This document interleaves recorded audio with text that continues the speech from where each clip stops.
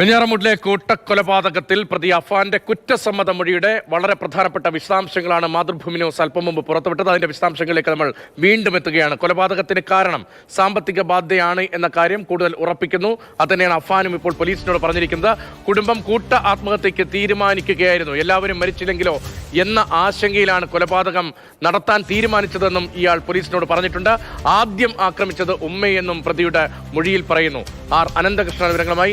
അനന്തൻ, കൂട്ട ആത്മഹത്യ തീരുമാനിച്ചിരുന്നു, എല്ലാവരും മരിച്ചില്ലെങ്കിലോ എന്ന് കരുതി എല്ലാവരെയും കൊന്നേക്കാമെന്ന മനോനിലയിലേക്ക് പ്രതി, മാത്രമല്ല ചില പ്രതികാരത്തിന്റെ ഭാവമുള്ള കൊലപാതകവും ഒക്കെ ഉണ്ടായി എന്ന് കൂടി വ്യക്തമാക്കുകയല്ലേ ഇപ്പോൾ, കൂടുതൽ വ്യക്തത വരുത്തുകയല്ലേ ഇപ്പോൾ ഈ മൊഴിയുടെ പൂർണ്ണരൂപം പുറത്തു വരുമ്പോൾ? രതീഷ്, അതിനു മുൻപ് ഈ മൊഴി രേഖപ്പെടുത്തിയ ഉദ്യോഗസ്ഥർ ഈ മൊഴി രേഖപ്പെടുത്തി കഴിയുമ്പോൾ അഫാനെ വിശേഷിപ്പിക്കുന്നത് എ സ്ട്രേഞ്ച് ക്യാരക്ടർ എന്നാണ്, പ്രത്യേക സ്വഭാവത്തിലുള്ള ഒരു വ്യക്തി എന്നുള്ളതാണ്. അപ്പോൾ തന്നെ അയാളുടെ മനോനില എങ്ങനെയായിരിക്കും, അല്ലെങ്കിൽ അയാൾ എങ്ങനെയാണ് ചിന്തിക്കുന്നതെന്നൊക്കെ നമുക്കൊരു ഊഹം കിട്ടും. ഇന്നലെയാണ് അഫാന്റെ മൊഴി രേഖപ്പെടുത്തിയത്. എലിവേഷൻ കഴിച്ച അയാൾ തിരുവനന്തപുരം മെഡിക്കൽ കോളേജ് ആശുപത്രിയിൽ ചികിത്സയിൽ കഴിയുകയാണ്. കഴിഞ്ഞ ദിവസങ്ങളൊന്നും മൊഴി രേഖപ്പെടുത്താൻ കഴിഞ്ഞിരുന്നില്ല. വെഞ്ഞാറമൂട് പോലീസ് സ്റ്റേഷനിൽ ഇയാൾ കീഴടങ്ങുന്ന സമയത്ത് പറഞ്ഞ ചില കാര്യങ്ങൾ മാത്രമായിരുന്നു പോലീസിന്റെ മുന്നിലുള്ളത്.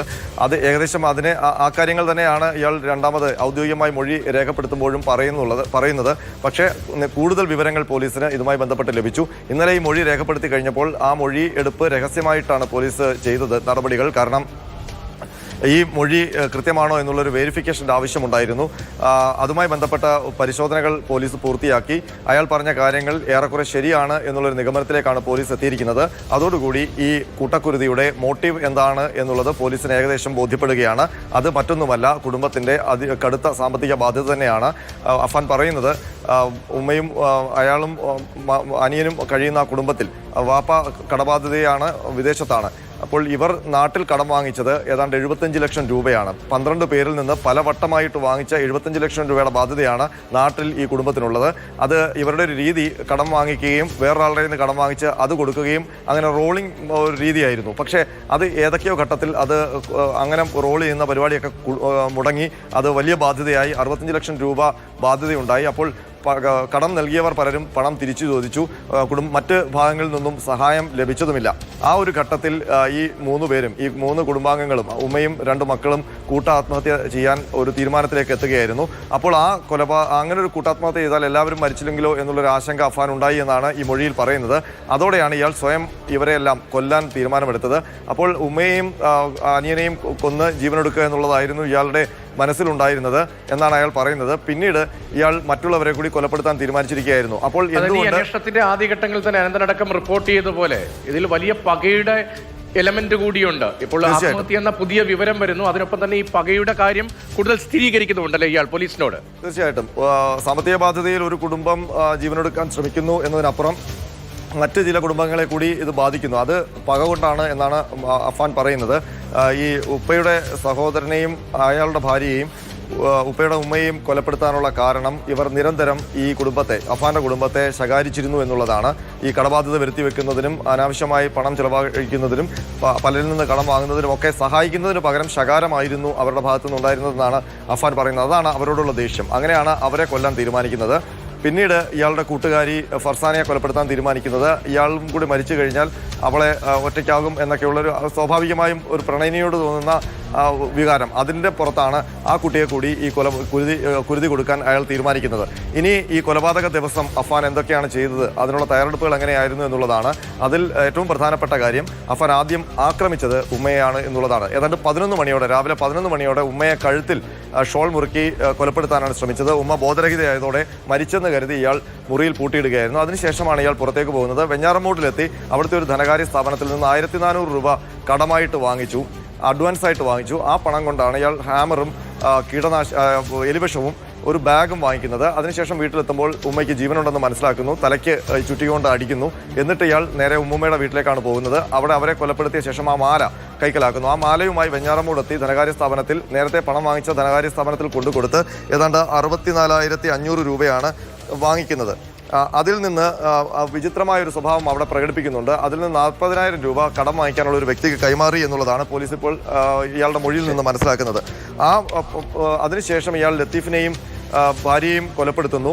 തിരിച്ച് വെഞ്ഞാറമൂടെത്തി അയാൾ മദ്യപിക്കുകയാണ് ചെയ്യുന്നത്. ഒരു ബാറിൽ പോയി, വെഞ്ഞാറമൂട്ടിലെ ഒരു ബാറിൽ പോയി മദ്യപിച്ചു. അതിനുശേഷമാണ് ഫർസാനയെ വീട്ടിലേക്ക് വരാൻ ആവശ്യപ്പെടുന്നത്. അതിനിടയിൽ സഹോദരൻ വീട്ടിലേക്ക് എത്തുന്നുണ്ട്. അപ്പോൾ സഹോദരനെ ഈ ഫർസാനയെ കൊലപ്പെടുത്തുന്നതിൽ നിന്ന് സഹോദരനെ ഒഴിവാക്കാൻ വേണ്ടിയിട്ടാണ് സഹോദരനെ ഒരു ഓട്ടോയിൽ കയറ്റി വെഞ്ഞാറമൂട്ടിലേക്ക് കുഴിമന്തി വാങ്ങാൻ വേണ്ടി വിടുന്നത്. ആ ഗ്യാപ്പിലാണ് ഇയാൾ ഫർസാനയെ കൊലപ്പെടുത്തുന്നത്. ഫർസാനയെ കൊലപ്പെടുത്തുമ്പോൾ ഇയാൾ മദ്യലഹരിയിലായിരുന്നു എന്ന് ഇയാളുടെ മൊഴിയിൽ പറയുന്നുണ്ട്. പക്ഷേ ഫർസാനയെ കൊലപ്പെടുത്തിയ ശേഷം ഇയാൾ സഹോദരൻ വരുന്നതിന് മുൻപ് തന്നെ ഈ എലിവിഷം, കരുതിയിരുന്ന എലിവിഷം കഴിച്ചു എന്നാണ് പറയുന്നത്. അപ്പോൾ സഹോദരനെ കൊലപ്പെടുത്തും മുമ്പ് ഇയാൾ എലിവിഷവും കഴിച്ചു. അതിനുശേഷമാണ് ഇയാൾ ഒരു കാര്യം കൂടി, ഇതാണ് ഈ മൊഴിയുടെ വിശദാംശങ്ങൾ. അതിനൊപ്പം തന്നെ ഇന്നത്തെ ഒരു സാഹചര്യം കൂടി ഉണ്ടല്ലോ, ഇയാളെ നിരീക്ഷണത്തിലേക്ക് മാറ്റിയിരിക്കുന്നു. കൂടുതൽ ചോദ്യം ചെയ്യൽ ഇല്ല. മനോനിലയുമായി ബന്ധപ്പെട്ട് നേരത്തെ ഈ രേഖകളിലൊക്കെ പോലീസ് രേഖപ്പെടുത്തിയപ്പോൾ വളരെ വിചിത്രമായ സ്വഭാവമുള്ള ഒരാൾ എന്ന് രേഖപ്പെടുത്തിയതിനൊപ്പം തന്നെ ഈ നിരീക്ഷണവും അതിന്റെ ഭാഗമായാണോ? 72 മണിക്കൂറിലധികം നിരീക്ഷണം ഡോക്ടർമാർ പറഞ്ഞിരിക്കുന്നത്. കാരണം അതിൻ്റെ ഇമ്പാക്റ്റ് കൂടുതൽ ദിവസങ്ങൾ കഴിയുമ്പോൾ ഉണ്ടാകും, അത് ലിവറിനെയൊക്കെ ബാധിക്കുമെന്നുള്ളതാണ്. അപ്പോൾ അതുകൊണ്ടാണ് അയാൾ ഈ ആശുപത്രിയിൽ കഴിയുന്നത്. പോലീസ് ഇപ്പോൾ പറയുന്നത് മൊഴി രേഖപ്പെടുത്തി കഴിഞ്ഞതുകൊണ്ട് ഇനി അറസ്റ്റ് റെക്കോർഡ് ചെയ്യുക എന്നുള്ളതാണ്. അത് ഡിസ്ചാർജ് ആയില്ലെങ്കിൽ നാളെ തന്നെ ആശുപത്രിയിൽ തന്നെ അറസ്റ്റ് റെക്കോർഡ് ചെയ്യും. അതിനുശേഷം ഇയാളെ പിന്നീട് ഡിസ്ചാർജ് ചെയ്യുന്ന മുറയ്ക്ക് കസ്റ്റഡിയിൽ വാങ്ങി തെളിവെടുപ്പ് നടത്തും.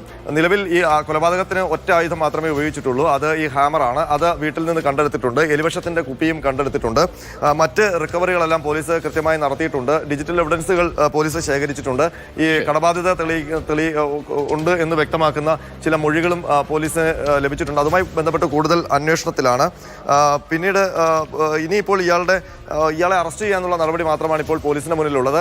ഇയാളുടെ മൊഴി ഏകദേശം കൃത്യമാണ് എന്നുള്ള ഒരു ബോധ്യം പോലീസിനുണ്ട്. ഇതിനപ്പുറം മറ്റൊന്നുമില്ല. മയക്കുമരുന്ന് ഉപയോഗിക്കുന്നില്ല എന്നാണ് പ്രതി പറയുന്നത്. പക്ഷേ അതിൽ കൂടുതൽ പരിശോധന വേണം എന്നാണ് പോലീസ് പറയുന്നത്. വളരെ പ്രധാനപ്പെട്ട വിവരങ്ങളാണ് തിരുവനന്തപുരത്ത് ആർ അനന്തകൃഷ്ണൻ റിപ്പോർട്ട് ചെയ്യുന്നത്.